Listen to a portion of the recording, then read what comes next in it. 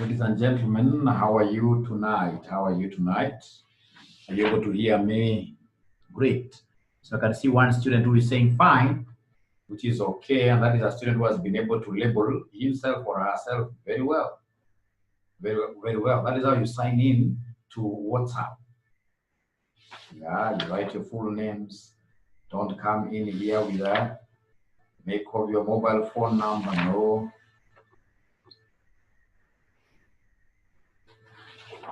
Now, ladies and gentlemen, today I would want us to have a recap on this valuation concept. Remember the concept that you're looking at, the topic that you're looking at is valuation. So I would want all of us, if we have access to our past papers, let's go to December 2013, question number 5C. December 2013, question number 5C. December 2013, question number 5C. December 2013, question number 5C. Thank you very much, AB. Thank you very much, Catherine.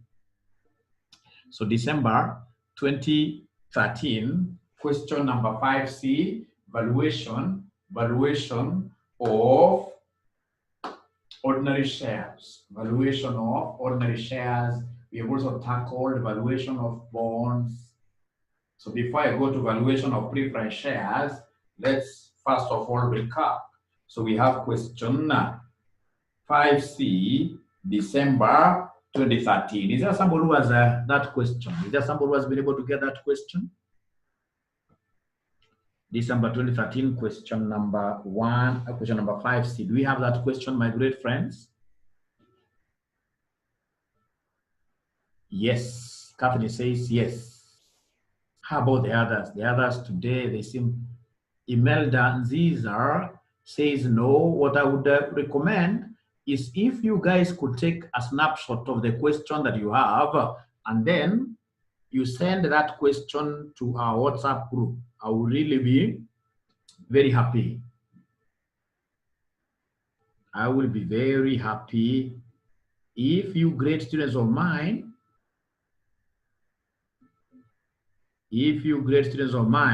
could take just a photo of that question and send it straight away to us through our WhatsApp group. December 2013, question number 5C, they gave us a question, nice question there. Maxi Enterprises Limited. Oh, for those of you who have this book, for those of you who have got this book, it's page number 49. Page number 49. For those of you who have purchased the RCM's revision kits, page number 49, Maxi Enterprises Limited had the following pattern of earnings per share over the last 5 years. So over the last 5 years, what do we have here over the last 5 years? So over the last 5 years, ladies and gentlemen, we have 2008, we have 2009, we have 2010, we have 2011, we have 2012. And then, ladies and gentlemen, these people have been able to give me the earnings per what? Earnings per share. They have given us earnings per share, EPS. Like 08 we have 4, 09 we have 4.2, 2010 we have 4.41, 2011 we have 4.63, 2012 we have 4.86 like that.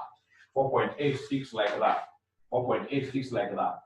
And then, ladies and gentlemen, they have given us the company maintained a constant dividend payout ratio of 40%. 40%. So we have dividend payout ratio 40%. So we have dividend payout ratio, dividend payout ratio is 40%. It's 40%. Now, ladies and gentlemen, who can give us the formula of getting dividend payout ratio? Kindly remind us. Which question? It's quite here. We have December. The question is December.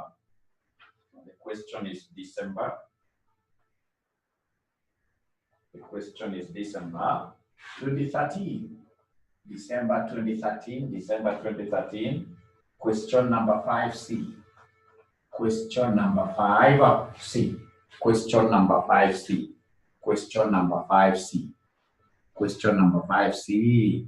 So they have given us dividend payout ratio, of which I expect a good student to give us the formula of dividend payout ratio. Could you kindly give us this formula of dividend payout ratio? I'm waiting for you guys to give me the formula. I'm waiting for you great people to give us the formula. Babino, welcome to give us the formula. I'm waiting for you to give us the formula of dividend payout ratio. Formula of dividend payout ratio. I'm waiting. I know you guys know. Dividends paid out. Dividends are normally paid out of their earnings. Out of our earnings, I mean. So meaning that dividend payout ratio is always DPS, is always dividends per share, all over earnings per share. To get a dividend payout ratio, you'll always be taking dividends per share all over earnings per share. Please write this, and if possible, I would want you to block this. I would want you to highlight this. Dividend payout ratio equals dividends per share all over what year? EPS. All over EPS. And then I would want you great people of mine to make DPS the subject. You make DPS the subject. You make dividends per share the subject of the formula. You make dividends per share the subject of the formula. Make dividends per share the subject of the formula. Make dividends per share the subject. If I do that, if I cross multiply, I will be able to see right away that my dividends per share will be equal to dividends payout ratio times EPS. Dividend payout ratio times EPS. If I make this DPS the subject, if I cross multiply, my DPS will be equal to dividend payout ratio times EPS. So then this will translate to 40% of our EPS. 40% of our EPS. 40% of our EPS.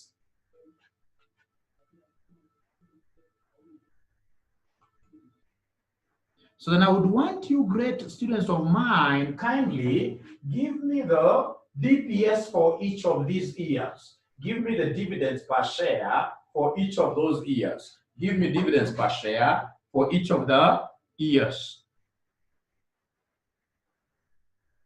Give me dividends per share for each of the years. For each of the years.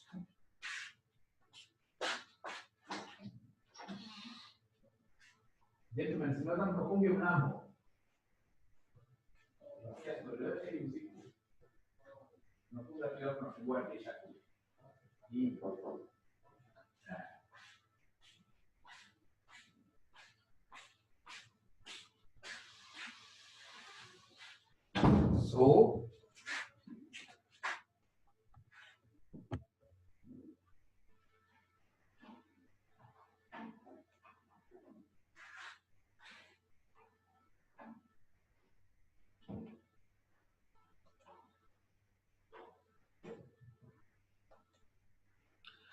So anytime you see this examiner giving you dividend payout ratio, he wants you to compute the dividend per share. He wants you to compute the dividend per share. So could you kindly give us 0.4 times 4? Someone talk to me tonight.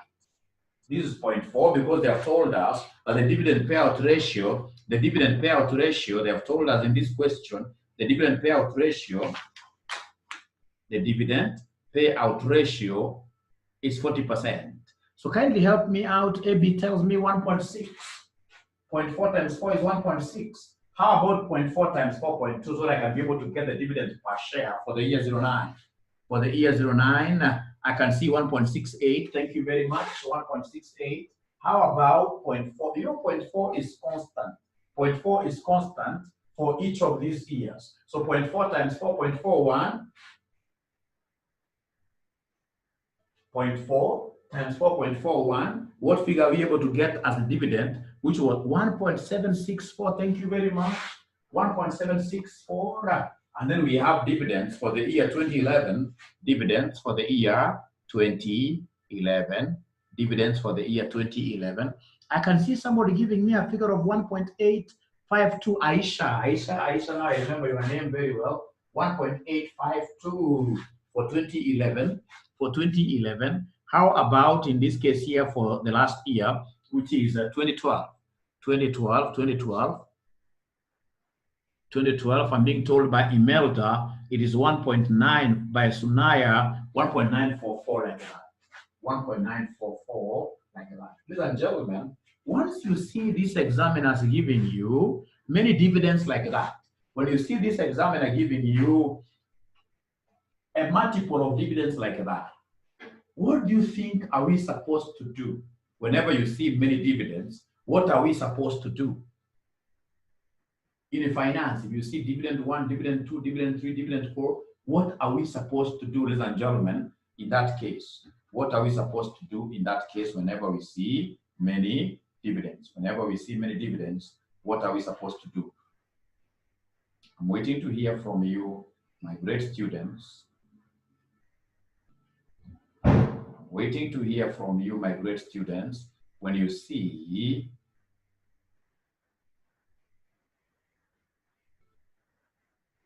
many dividends. Very good. We have already called Catherine. As a finance manager, anytime I see many dividends like that, anytime I see many dividends being given like that, the very first thing that I would want to know as a finance manager is how are these dividends growing?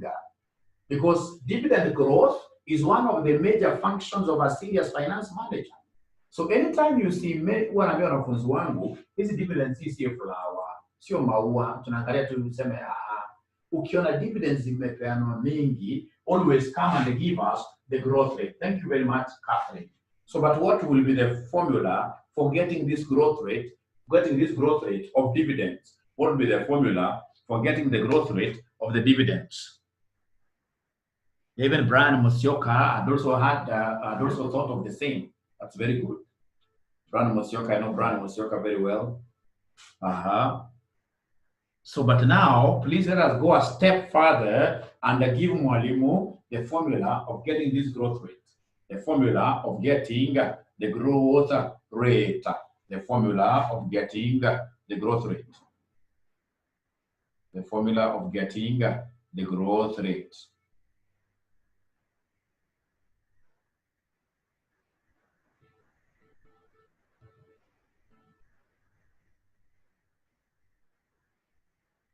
The formula of getting the growth rate. I'm waiting to hear from you. Don't fear anything. You simply write something. And of course, if you can't remember, you simply tell us, I can't remember. We cannot remember, or we have not even been taught.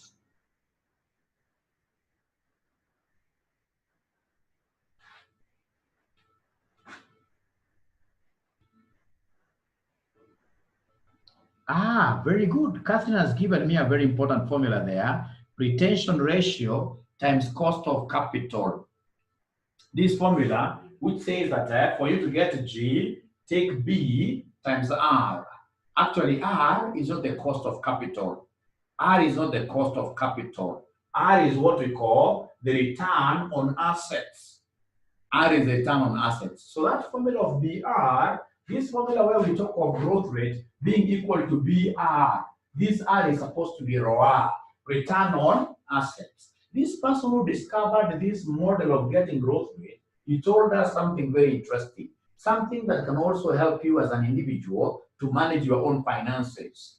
That if, for example, you are getting, like, say, 100,000 every month, don't consume everything out of that 100,000. Don't consume everything out of this 100,000. Make sure that you retain. That is why we talk of this being the retention ratio. What are you able to retain? And when you retain, don't go and take that money and hide it somewhere in some room in your house. Then you will not grow. When you retain, you need to invest. you invest these assets, you invest your money here, they take the earnings in assets that are productive. So according to the person who discovered this, he said that for you to have a growth rate of your assets, always ensure that you have your retention ratio and then invest this money in assets that have what year returns. Thank you very much, Catherine. I never expected anybody in section 3 to have this formula in their mind. However, that is not the formula we shall use here today to get growth rate. Whenever you've got a number of dividends like that, to get growth rate, we normally talk of n-1 all over the current dividend per share, current DPS, all over the oldest DPS, and then whatever I will get, I will come and subtract 1 there. I'll come and subtract 1 there.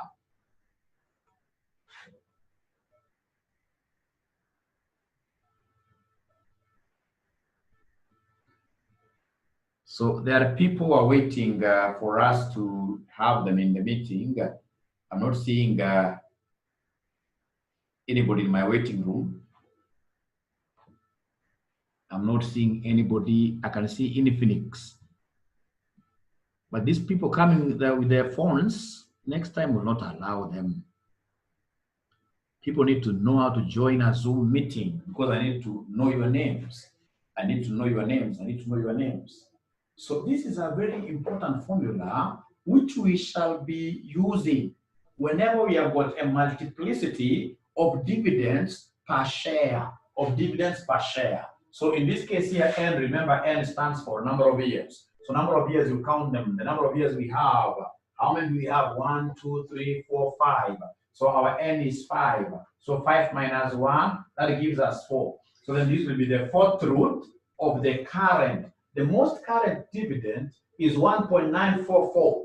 The most current dividend is 1.944 all over the oldest dividend, which is 1.6. The oldest dividend, which is 1.6. And then at the end of the day, ladies and gentlemen, I will come and subtract what there? I'll come and subtract 1. So then if I'm the one doing this, first of all, I'll get this quotient. I will punch there 1.944 divided by 1.6. And then whatever I will get, I will come straight away and find its fourth root. So the quotient here, I'll come and find its fourth root. The quotient here, I'll come and find its fourth root. Please come and find the fourth root of this quotient. I want to see whether there is anybody who will be able to get this correctly. So we have here fourth root of this quotient. So first of all, get the quotient. So we have 1.944 divided by 1.6. Once I get that answer, I'll come and say 4, and then I look for shift. This button called like this. I look for shift because I want its x root. So 4, shift, I press this, and then I'll be able to see the x root. Once I have the x root displayed, I'll write in this case here this, or I can even come and use brackets. So I can use brackets, 1.944 divided by 1.6, I close brackets, equals. Whatever I get, I say minus 1. Whatever I get, I'll come and say minus 1.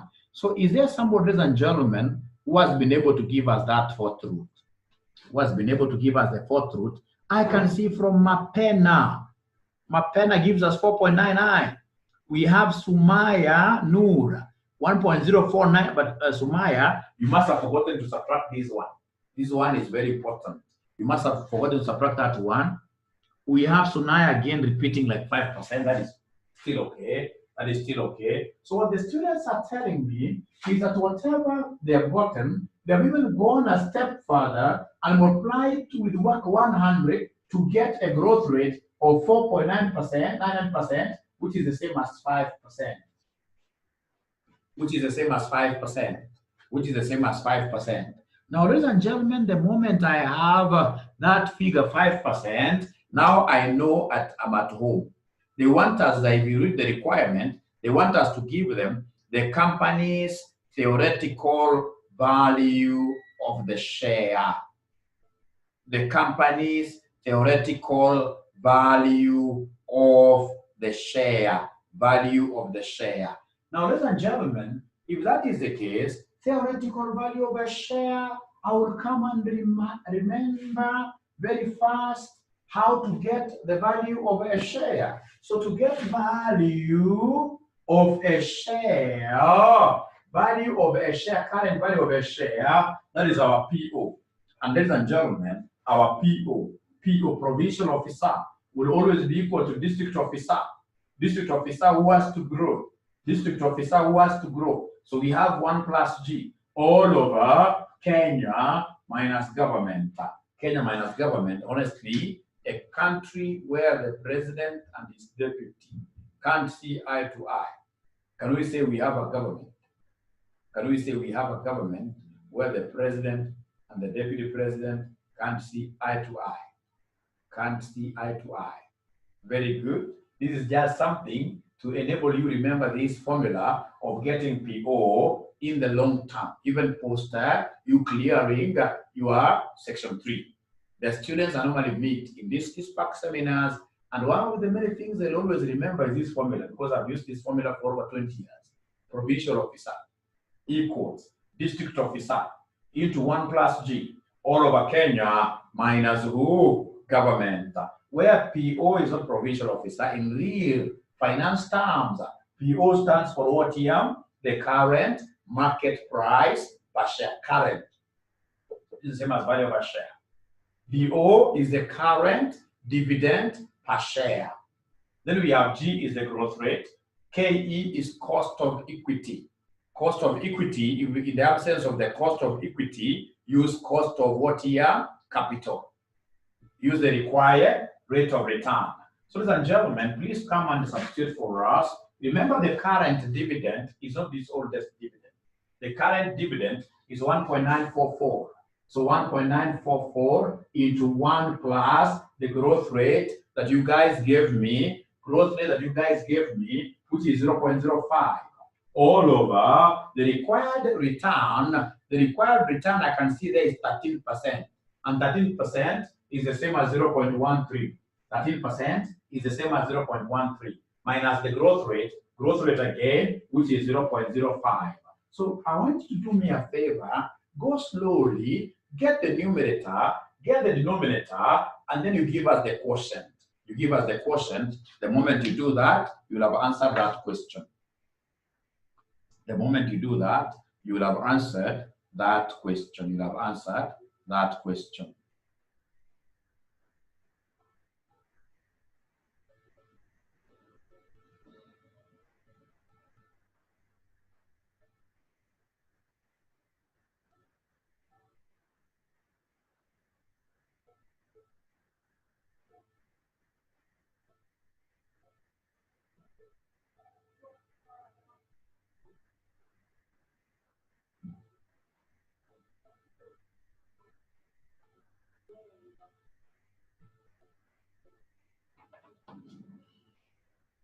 So there are students who have even gone ahead of Mwalimu to get the answer. They're getting 25 point what here somebody? 0.52, that is correct. 25.52 is correct. Is correct. Thank you and thank you very much. Thank you and thank you very much. Now before, remember I'm trying just to recap. So before I go to my today's concept, I would want somebody to try that question that is below there. The question of December 2013, question number 2. Again, it's about intrinsic value of the ordinary share. December 2013, question number 2. We have here December 2013, question number 2. December 2013, question number 2. December 2013, question number 2. December 2013, question number 2. December 2013, question number 2. For those of us who may not be having this question, the easiest thing is to have the ones who have the question, taking a photo of that question, and then they throw it in our WhatsApp group. And I'm giving you 5 minutes to attempt that question, because I strongly believe that it's a question that all of us have done. It's a question that all of us have done.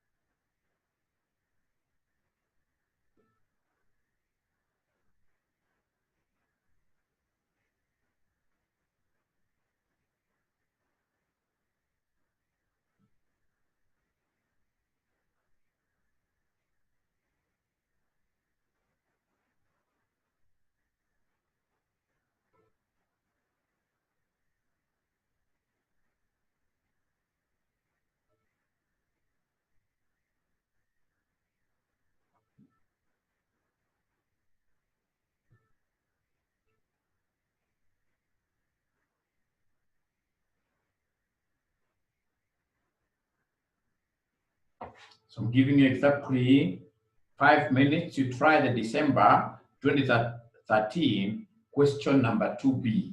Question number 2B.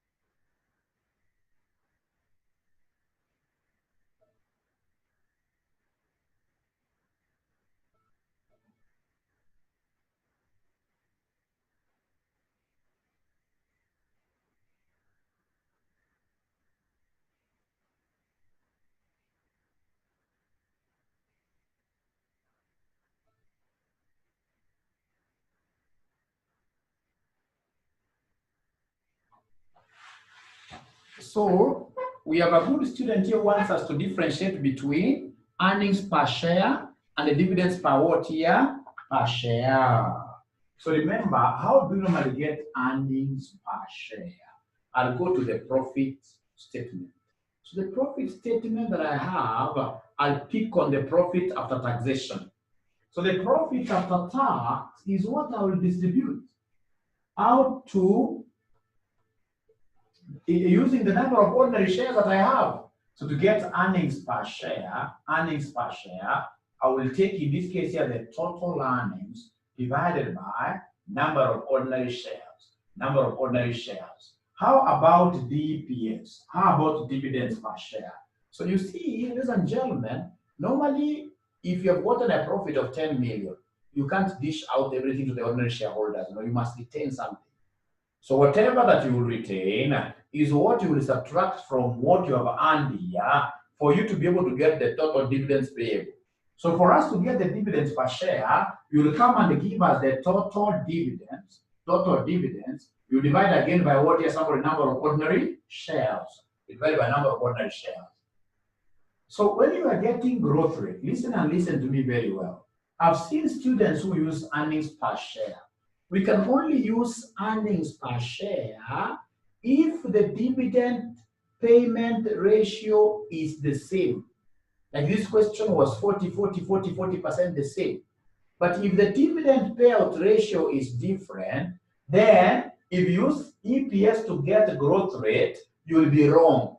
And that is why in all my classes, I normally tell all my students, regardless of the EPS as you are given, always calculate DPS for each year. To avoid confusion, calculate DPS for each year. So I hope, Brian, I've been able to answer you.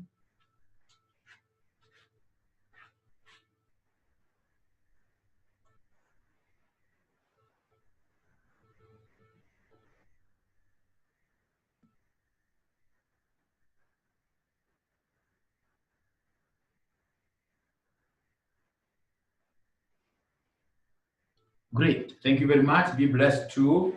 Thank you very much. So, ladies and gentlemen, let's do this question together. Can I give you more time to finish it, or I just do this question, the one that I've given you, December 2013? Do I add you some more minutes, or do we have most of us just there, not writing anything? So, do I do the question, or I give you some 2, 3 more minutes? Someone talk to us, talk to us, talk to us. This December 2013, talk to us. Give us time, but not very many minutes, only 3 minutes, only 3 minutes. You're counting only 3 minutes, only 3 minutes, and then be able to see who will be able to get it right.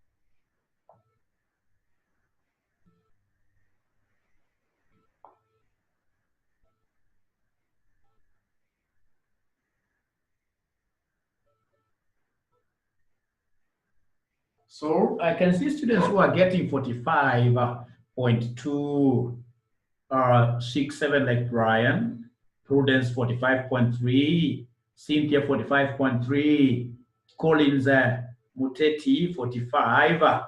That is quite excellent, quite excellent, quite excellent, quite excellent, quite excellent, quite excellent. Very good, very good. If that number, to go by that number, if I was to go by that number, then I should be able to conclude that everybody knows how to do that question.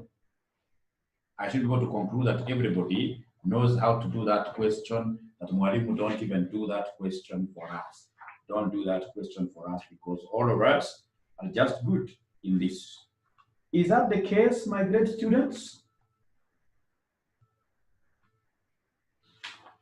Is that the case, my great students? Yes, we have one student. Do it, please. Okay. So, and this is a common area, of course, I've shown you even from other past papers. It's a common area. Very common area in our exams. So we have the current. So they're telling us December 2013. December 2013. Question number 2B. December 2013, question number 2B. Mongo Limited currently pays a dividend of shillings 4. So currently, so we have here time, current is 0 times 0. So the DPS, current DPS, ladies and gentlemen, they are telling us is 4. And then the dividend is expected to grow at 15% per annum for the first 3 years. So we have year 1, year 2, year 3. So and we are having this thing growing by 15% per annum. So I'll come and say year 1 to be 4 times 1.15. Where did I get 1.15 from? Because of the 1 plus the growth rate. Growth rate is 15%. So 1 plus 0.15 gives me 1.15. So ladies and gentlemen, if that is the case, I'll simply be patient and come and do the multiplication. So what do I have? Ladies and gentlemen, what I have with me here is quite simple. So I will talk over 4 times 1.15, which gives me 4.1 here, somebody? 4.6, which gives me 4.6. And then I go to year 2, I'll have this 4.6 growing again by the same percentage, because they told us 15% is for the first 3 years. 15% is for the first 3 years.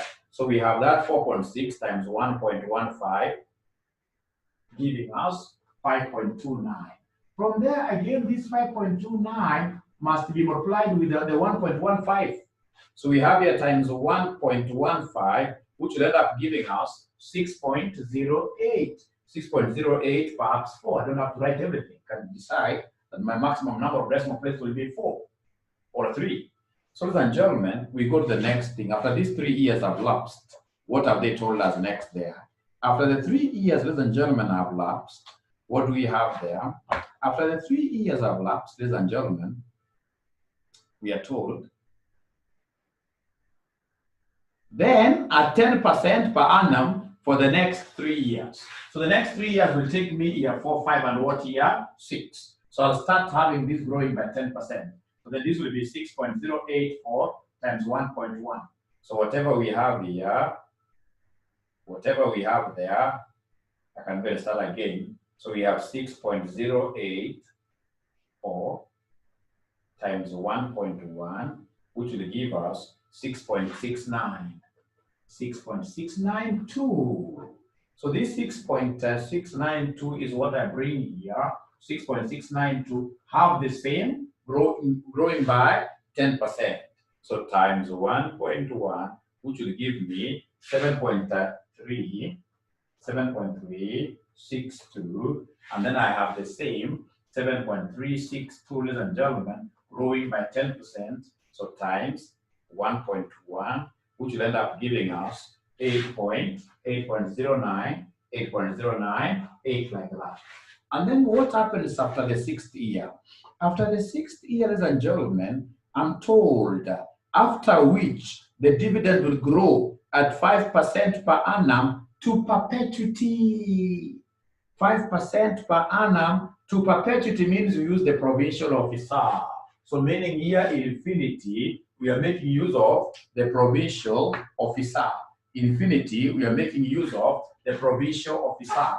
Anytime you hear of an infinity, always remember our provincial officer, which is equal to district officer into 1 plus growth rate all over Kenya minus government.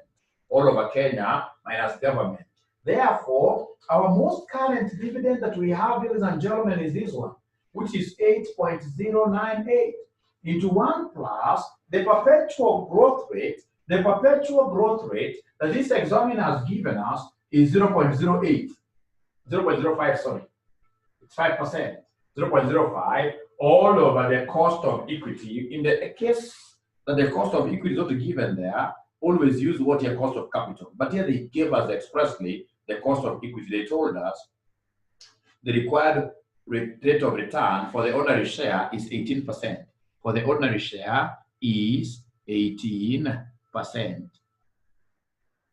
Is 18%. So 18%, this is what I'll be using as my cost of equity. So this is 0.18 minus the growth rate, which again is 0.05. So could you kindly give me this figure? Somebody go slowly and they give me the perpetual. Anytime you hear of perpetual growth rate, always remember the PO concept. Remember the PO concept. Remember the PO concept. So this is infinite, the infinite cash flow. This is how we get the infinite cash flow. So please go slowly there. Tell us 8.098 times 1.05. You write that answer separately. Write that answer separately. And then you have 0.18 minus 0.05. Write that answer separately. And then now you give us the quotient. When you give us the quotient, what are we going to get, my brothers, my sisters? When you give us that quotient, what are we going to get at the end of the day, my friends?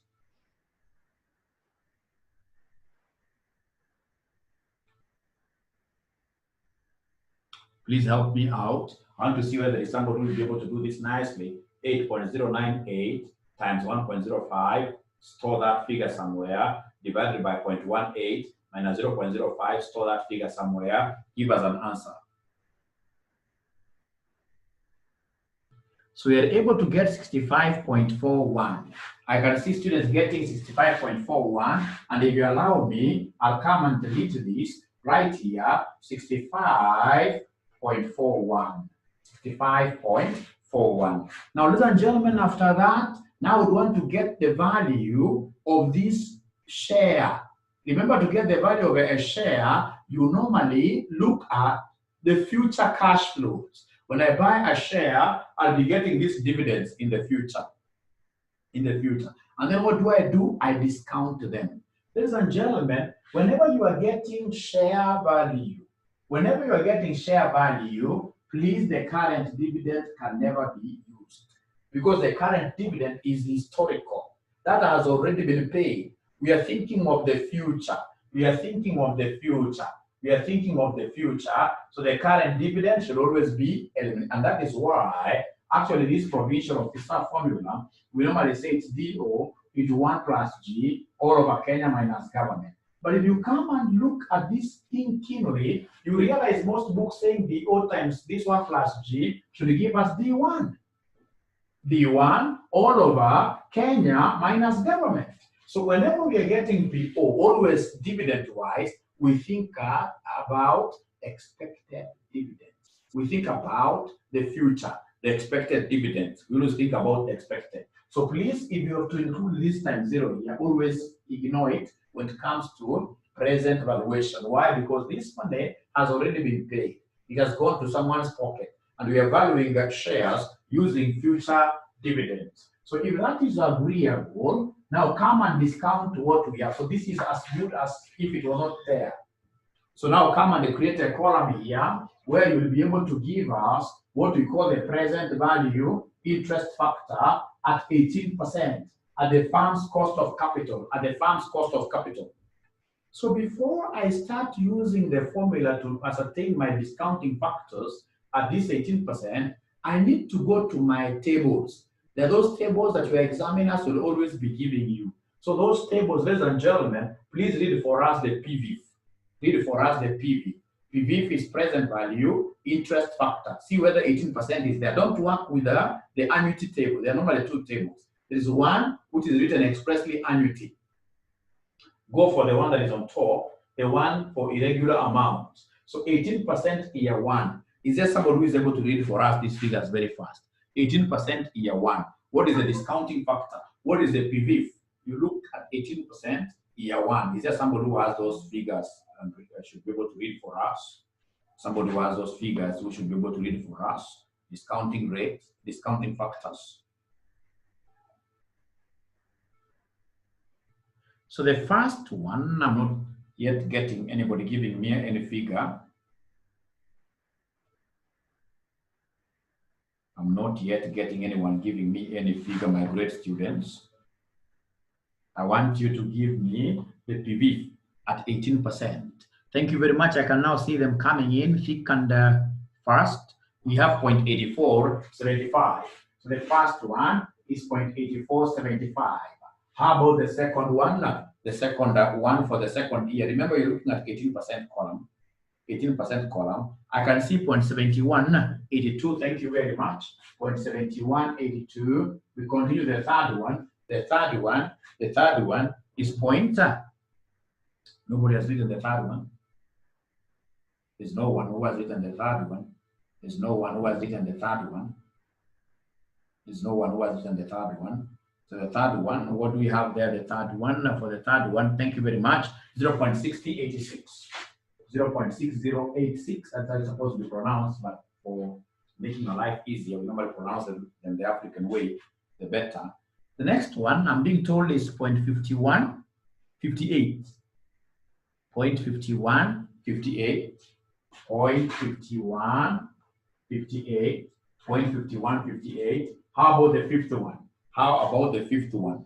How about the fifth one? The fifth one. What do we have there for the fifth one? What do we have there for the fifth one? 0.7371, 0.4371. How about the sixth one? The sixth one, ladies and gentlemen, what do we have there? The sixth one, we have 0.3704, 0.3704. How about this infinity, which by the way has already been discounted from the future, but all the way up to the end of year 6? So the infinity has also to be given a present value interest factor, which is the same as this one. You simply take this one down for this arithmetic, you simply take this one down. And now, ladies and gentlemen, the moment you are there, come and give us a column here where you give us the present value. Give us a column there where you ascertain the present value. The present value. So how do we get the present values? We are taking these DPSs as our cash flows. DPSs as our cash flows. So you multiply with the PV for you to give us the present value, preferably into decimal places. Into decimal places. What do we have there? Somebody, 2 decimal places. 2 decimal places. Or 3 decimal places. 3 decimal places is fine. 3 decimal places is fine. 3 decimal places is fine. So the next one will be, the first one will be 3.896. 3.896. 3.896. I'm being given 3.896, 3 decimal places as the first present value. How about the second present value? The second present value, nobody has given me the second present value. Nobody has given me the second present value. The second present value. What figures do we have there? Somebody. The second present value. What figures do we have there? Somebody.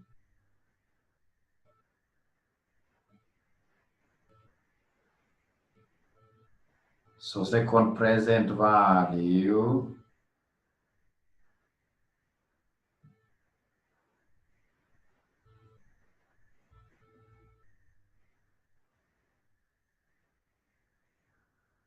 I'm being given 3.799. 3.799 here. 3.799. Let's go to the third present value. The third present value. Unfortunately, I'm only seeing the same names, and I don't want to leave anybody behind.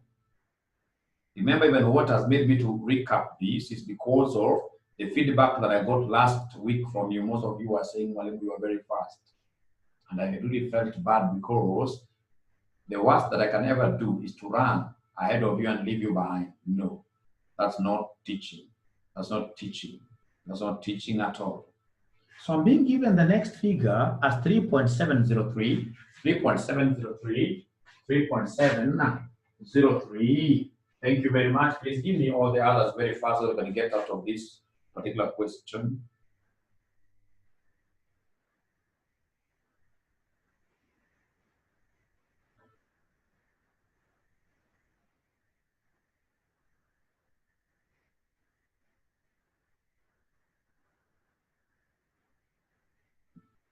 So we have the next one as 3.452, 3.452, 3.452, 3.452, 3.452, 3.452. I'm still waiting for you great students of mine to give me some answers that I really want for us to be able to finish this question.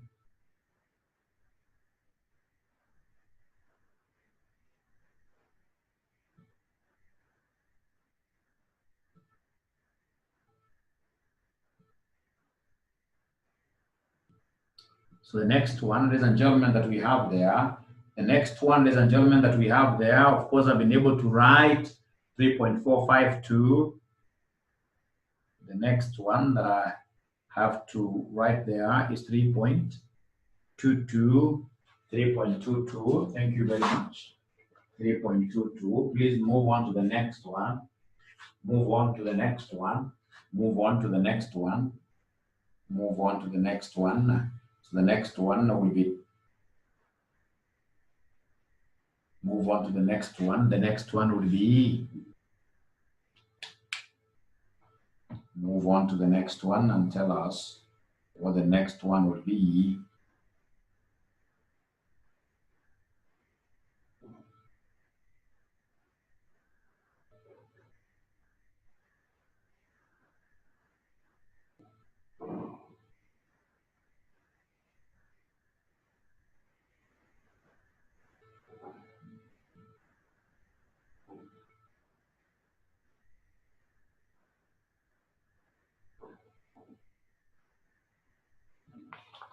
These students would want some break, I think. They would want some break once you start realizing they're moving very slowly. So we have here 2.99, 2.998 or 3, 2.998 or 3, 2.998 or 3, or even 2.9999. And then the last one will be this 65.41 multiplied by that 0.3704. Multiplied by 0.3704, which will give us what figure, my great friends? My great friends, the last one will be 24.22 or 24.21, one and the same. Those are only of errors that are expected. So when you get this figure, then you will have gotten what we call the current market price per share. The current market price per share, or the intrinsic value. The intrinsic value of a share. The intrinsic value. The intrinsic value of a share. The intrinsic value of a share. The intrinsic value of a share. The intrinsic value of a share, which I haven't seen anybody really giving me the answer.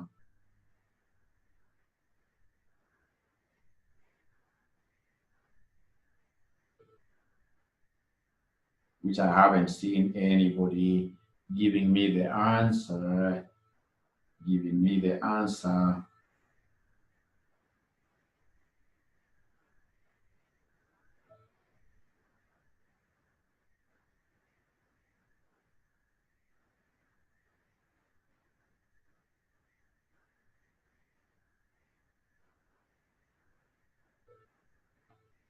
I'm waiting for that answer. I can see somebody giving me 45.30 or 45.28. I saw some students saying 45.28, 45.2. That I will give you a mark. Thank you.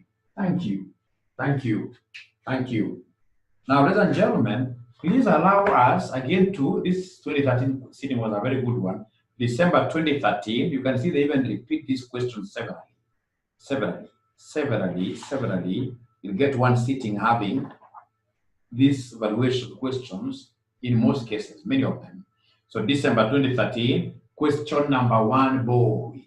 December 2013, question number 1, boy. December 2013, question number 1, boy. December 2013, question number 1, boy. So if you have that particular question, like I'm doing here, I will come right away, have a snapshot of this question, and then send it to my friends. Then I'll be able to send this to my friends very fast.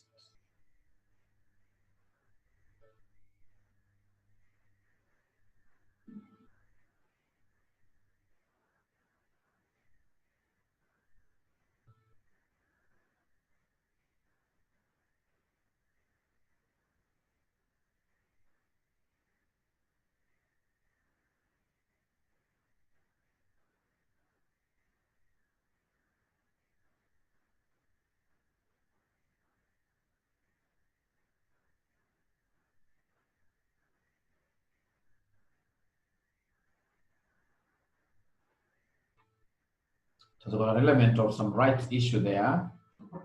Yeah, Ritchie Limited intends to raise shillings 50 million to finance a new project through a rights issue. The project has a 10-year economic life with zero scrap value. The project is expected to generate annual cash inflows of shillings 14 million annual, 14 million, and that is an annuity. The company has 10 million issued and a fully paid up ordinary shares.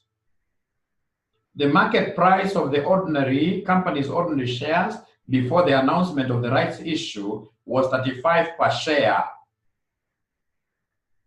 The company's cost of capital is 14%.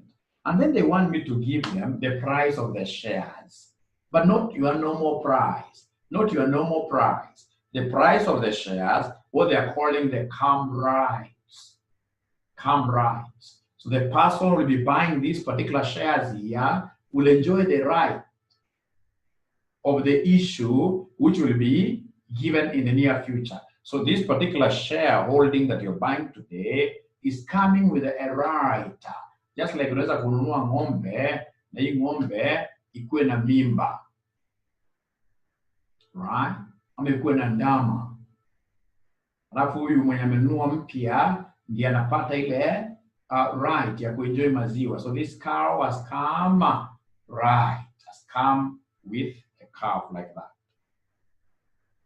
So who can talk to us? So first of all, I would want you to write there as a dash. Ladies and gentlemen. Right there as a dash. That CAM rights into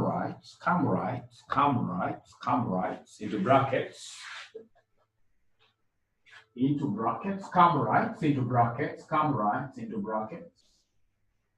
rights into brackets. Or with rights, CAM is a Greek word for with rights, coming along with the privileges, with rights, allows an existing shareholder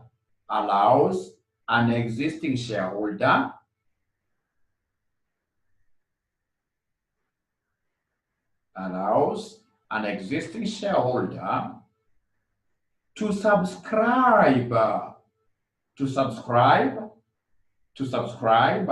to a rights offering to a rights offering declared by a company, declared by a company, declared by a company for new shares bought, for new shares bought, for new shares bought, for new shares bought, for new shares bought.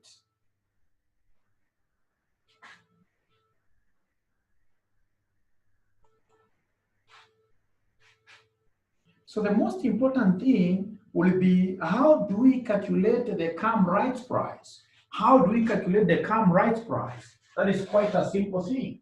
To get the CAM rights price, ladies and gentlemen, to get the CAM rights price, we normally take the current market price per share plus, of course, when I invest my money, this money will be taken to some projects. And we expect these projects here to yield what we call NPV. So plus net present value per share. Quite interesting. If I were you, I would have written this and of course highlighted it. Highlighted this using some yellow highlighter. All the other highlighters are not effective. Yellow highlighter. You highlight this using a yellow highlighter. Using a yellow highlighter. If you don't have one, I can buy for you one because I know the essence of yellow. Yellow is a great color. So CAM rights price, sorry, it's supposed to be CAM rights price equals the current MPS plus NPV per share. So anytime you are asked by any examiner to ascertain the CAM rights price, even if you don't understand anything, look for cash flows given in the question and they give us net present value as the first thing. So I want to see whether there is any student here who will be able to give us the net present value, who will be able to give us the net present value in this particular situation. So please give us the net present value and then we'll be able to compare notes.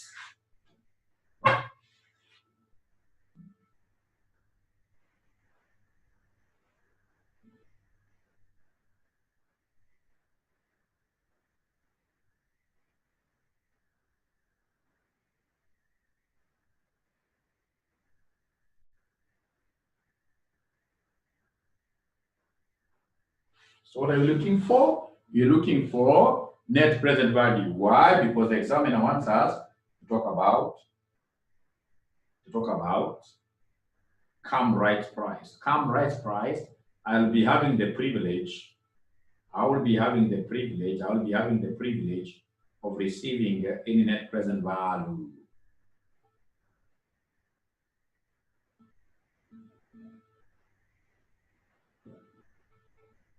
I'm waiting for answers. I'm waiting for answers, my dear students.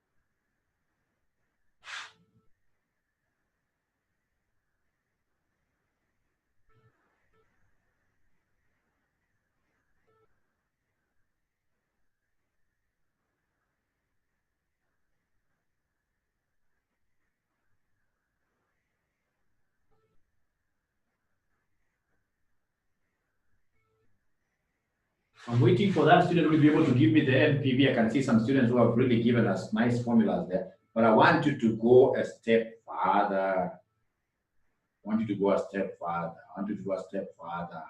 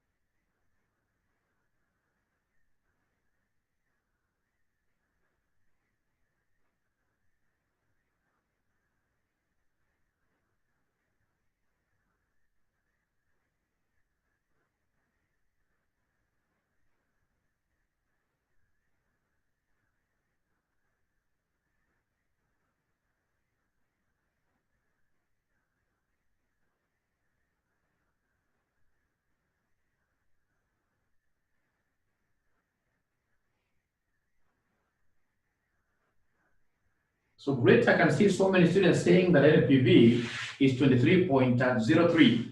Let's see, ladies and gentlemen, to get this net present value, I can see my examiner has given me an annuity. They have told me the project has 10 years economic life with zero scrap value, and then the project is expected to generate annual cash inflow of 14 million.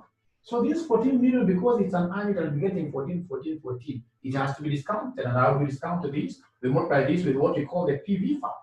So PVFA, fortunately, they've given me the company's cost of capital, that is 14%. For how many years are you going to enjoy this over the project's useful life, which is 10 years? And then, of course, ladies and gentlemen, after I get the total present value, I must come and subtract the initial outlay, which is what here, somebody, which is 50 million. I must come and subtract the initial outlay, which is 50 million. So my work tonight will be to go to my annuity tables, go to a column that has got 14%, vis-a-vis 10 years.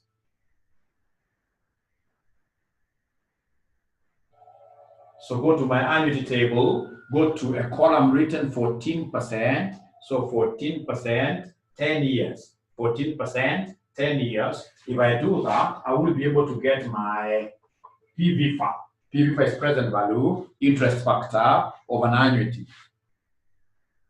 Present value, interest factor of an annuity. Ladies and gentlemen, if we have this, what figure are you? 2.3, 5.2161. We have here 5.2161 minus 50. And if I do that, I'll be able to get the total net present value.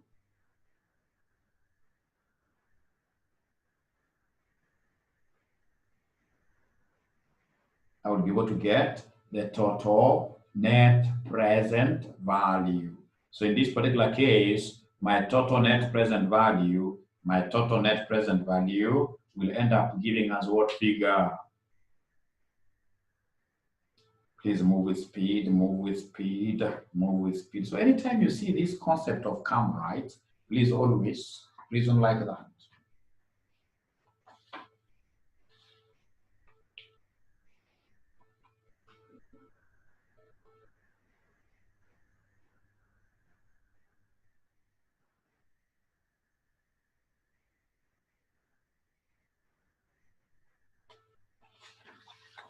So we are getting what figure? 23.03. 23.03. But now remember here, what do they want? They want us to give them the NPV per individual share. Remember, this project was to be invested, these funds were to be invested in a project with how many shares in total? How many shares? Wanasema the company has 10 million shares, fully whatever. So divide this by 10 million.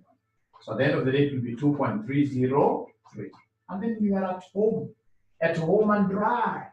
So my come right price will be equal to the current MPS. The current MPS, ladies and gentlemen, what we have here for the current MPS, it is 2.303 plus NPV per share. NPV per share. No. Current MPS is not this one. The current MPS has been given in the question. The current MPS has been given in the question. There is a place they told us in that line, the market price of the company's ordinary shares before is 35. So we have 35 plus 2.303, which will end up giving us what figure, ladies and gentlemen? Now, when you add the two, this will give us 37.303, and then you have your many marks for doing a lot of nothing. And that's why I like FM. FM is a paper that you should be able to score highly.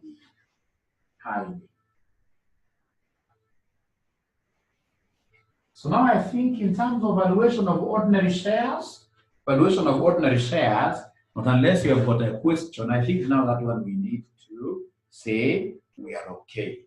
Now from there, I would want us to go through just a small recap. Valuation of bonds or debentures. Remember, debentures are divided into two. We have the redeemable, and then we have irredeemable. Redeemable, and what here? Irredeemable. So for instance,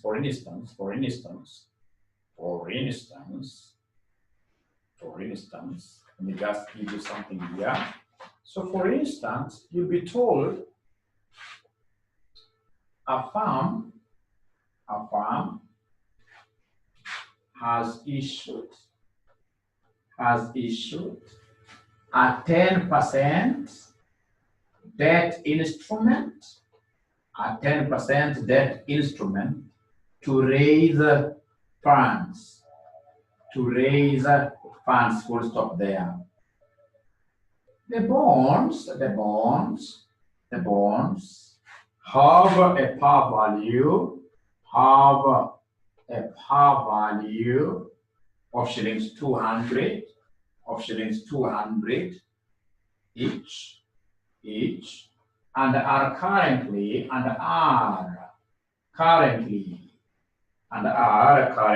selling at shillings 220. Then they have given us the minimum rate of return, the minimum rate of return is 8%. So required, determine whether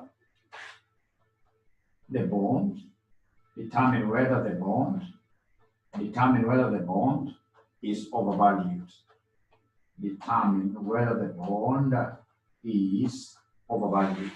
So I'll give you exactly 1 minute. And then you advise us. Exactly 1 minute, and then you advise us.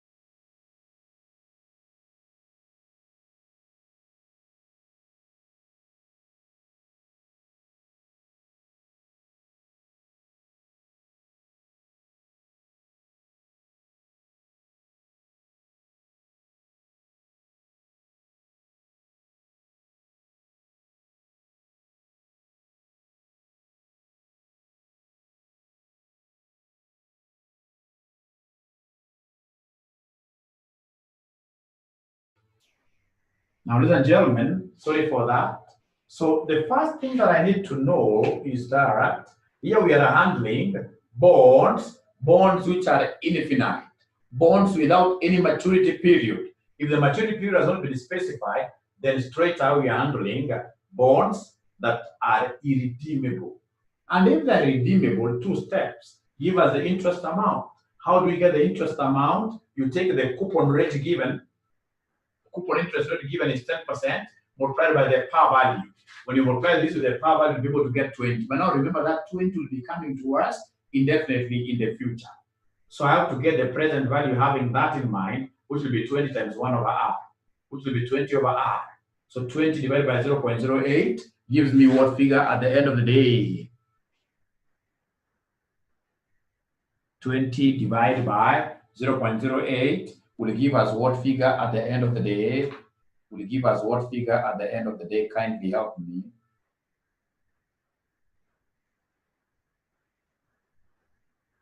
Kindly help me. I'm getting 250. I'm getting 250 from a good student there, meaning that that is their truthful value. This is their truthful value. This is the amount that these particular shares should be trading at. So this is the intrinsic value. Given that I have the intrinsic value, the next thing, ladies and gentlemen, will be for us to say whether they are undervalued. What is happening? Currently, we are seeing these shares being sold for what, or rather these bonds being sold for 220. So we have the current share price, the current bond price is 220, which is less than their truthful value. Ladies and gentlemen, meaning that our bonds are what here? They are undervalued. Our bonds are undervalued. Our bonds are undervalued. Our bonds are undervalued. And if they're undervalued and you are a prudent investor will always think about what here? Buying undervalued assets. So you should buy. Anytime you hear that this asset is undervalued, like land is undervalued, buy. Like today, you want to buy securities which are really undervalued, go for Safaricom shares. Safaricom shares, as of today, they are trading at about 27. 27 is a gross understatement. The true value of Safaricom shares should be about 100 shillings. Remember, Safaricom as a company, with the kind of expansion strategies that they have, with the kind of diversification, it's a company that don't expect their revenue here to reduce, regardless of what happens. Remember, like there's a day when Raila Amolo Odinga came and told the followers that you guys resist Safaricom. I mean, people could resist for an hour or two. But at the time, what used to happen, people could still put on their Safaricom lines to see whether people have sent them M-Pesa. They have diversified that much. Look at what is happening during COVID. During COVID-19, so many companies, weak companies are closing. But if you look at Safaricom's revenue, I'm so sure this year, Safaricom's revenues will go up by at least 30%. So their share value is an understatement. And that is why a good student, a good investor, remember nowadays, they're quite good. They only ask you to buy 100 shares minimum. Minimum is 100 shares. So if you get, for example, times 27, when you get 2,700 shillings, you can even decide to be buying Safaricom shares like 100 shillings every month. I know students, you guys have a lot of money. You have a lot of money. I know you can afford to skip your lunch. Don't skip every day. Skip like today, tomorrow you eat. Another day you skip like that. So you raise this amount of money, and every day you buy what here? Safaricom shares. At the end of, say, 10 years, you'll be very far. You'll come and realize that these shares, for example, will be made for 100 shillings. So you'll have made a capital gain of about 3 times. And by the time we'll be becoming as old as we are, you'll be having quite huge, significant shareholding at Safaricom. Very good. So anytime you get particular securities undervalued, always buy that. Always buy that. Now, ladies and gentlemen, please, without wasting much time, or rather, I can even give you an example, another example to try. So we have here illustration 2. Illustration 2, they have given us a firm has issued a 10% bond which is redeemable, in 6 years' time. In 6 years' time. In 6 years' time. Its par value is 1,000. And the cost of capital is 20%. So we are required to determine the value of the bond. Determine the value of the bond. Determine the value of the bond. Determine the value of the bond.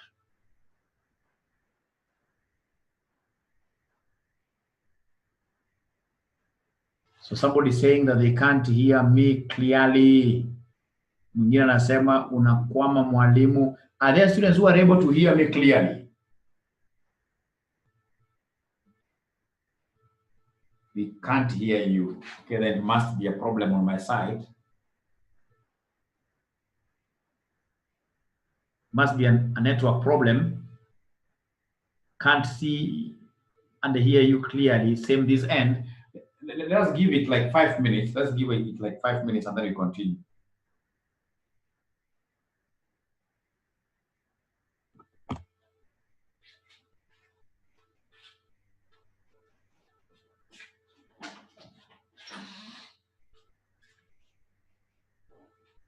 Ile kitu kimekula power. Naweza ukistop kweli.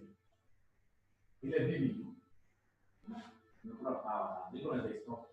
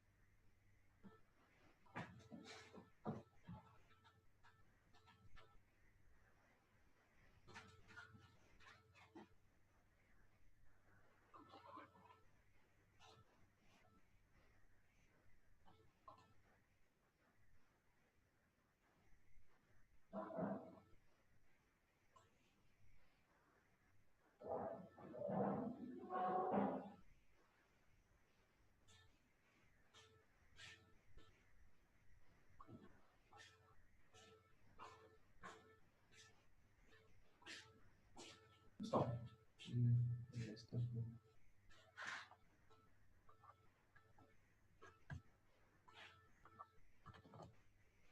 Okay, so are you able to see me now? Are you able to see me? Are you able to hear mwalimu?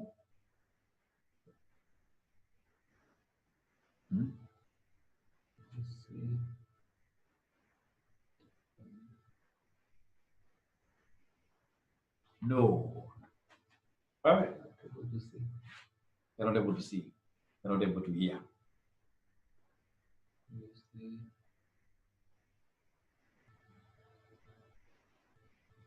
What is it saying? It must be network on my end.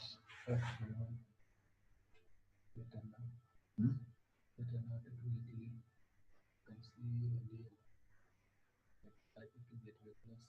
But unakatika katika ile.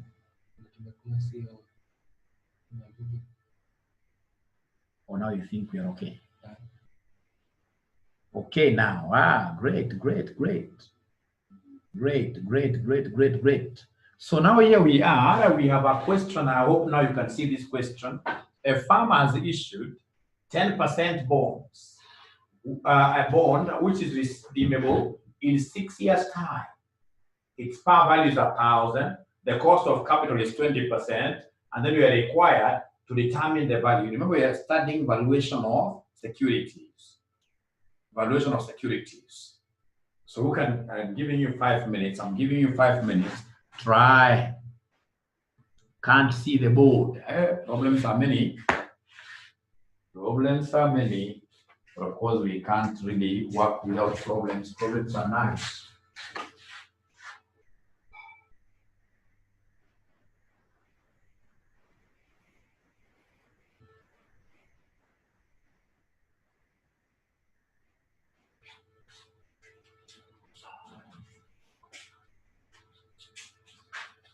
So are you able to see the board now?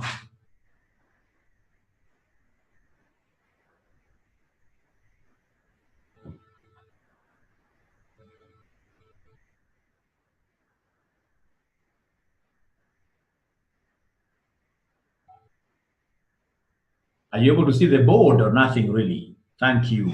Great. So determine the value of the bond. I'm giving you 5 minutes. Determine the value of the bond. I'm giving you exactly 5 minutes.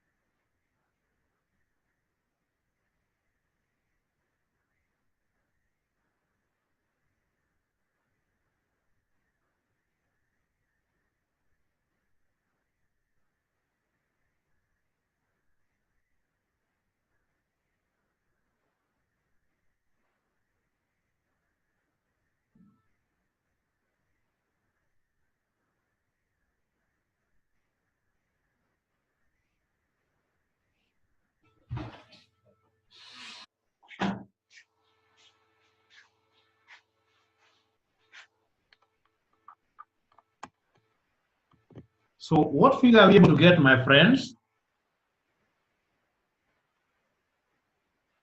Yeah, par value is 1,000. Par value can be given anything. Like for bonds, mostly bonds, par value is 1,000. Par value is 1,000.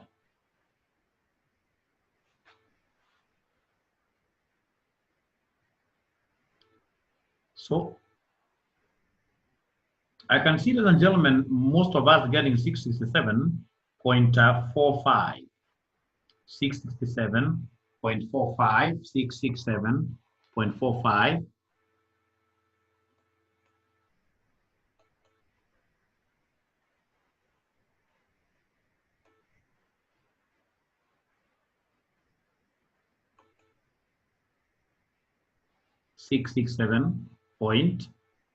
.45.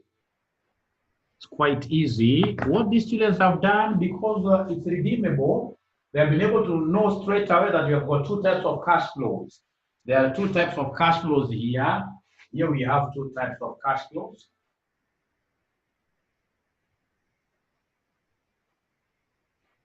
We have two types of cash flows. Which cash flows are these? We have number one, the interest amount. So interest amount, what do we have? It is 10% of the par value, which is 1,000, which is 100 per annum.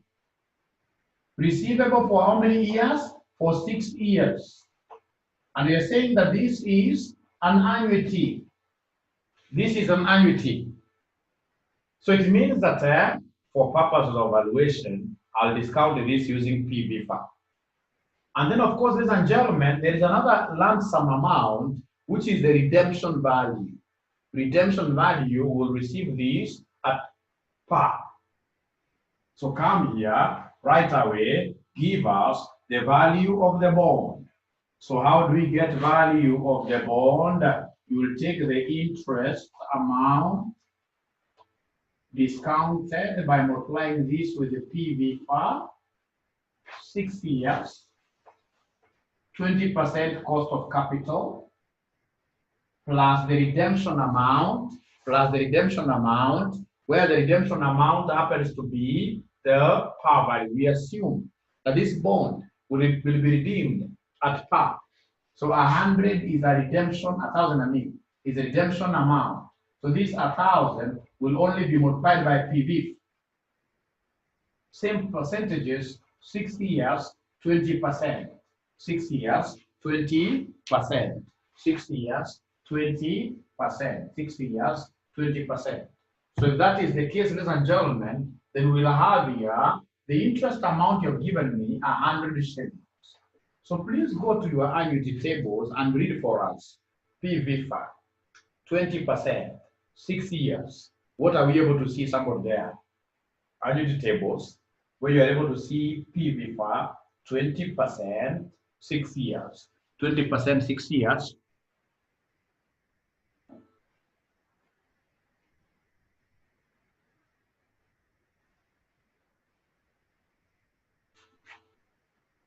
So Catherine, we allow her back to class, but I cannot see her anywhere in the waiting room. She has not perhaps managed to come to the waiting room. So Teresa, it's good to see you, Teresa, again. I think now I've gotten to know your name. Teresia is 3.3255. 3.3255 plus the redemption value, which is 1,000 times PV. PV, please go to your tables where you have 20% present value interest factor, PV. PV, 20% present value interest factor for 6 years. What do we have there, somebody?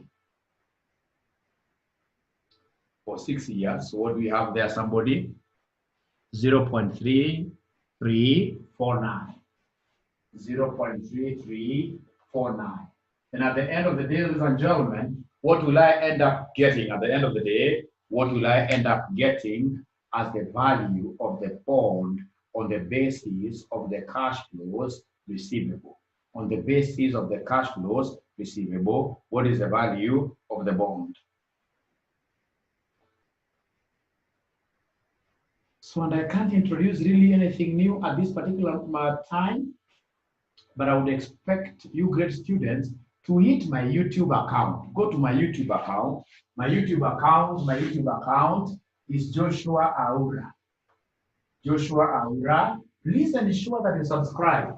Ensure that you subscribe and look for so many videos which are there of financial management and what's the end. And if possible, promote your mwalimu by sharing those videos. Perhaps you could pick a video and share it on Facebook, on WhatsApp. Once you do like that, you will really be promoting your mwalimu, because your mwalimu would want to become the #1 e-learning provider in Kenya. #1 e-learning provider in Kenya. So please promote me. I'll be here for you to ensure that you meet your personal, professional, career objectives, which of course is clearing this, becoming a member of this pack. So there is no question currently at the moment, ladies and gentlemen. Please allow mwalimu to run away. It's been a pleasure hosting you. Good night. And I hope you enjoyed the lesson. I hope you never wasted your money.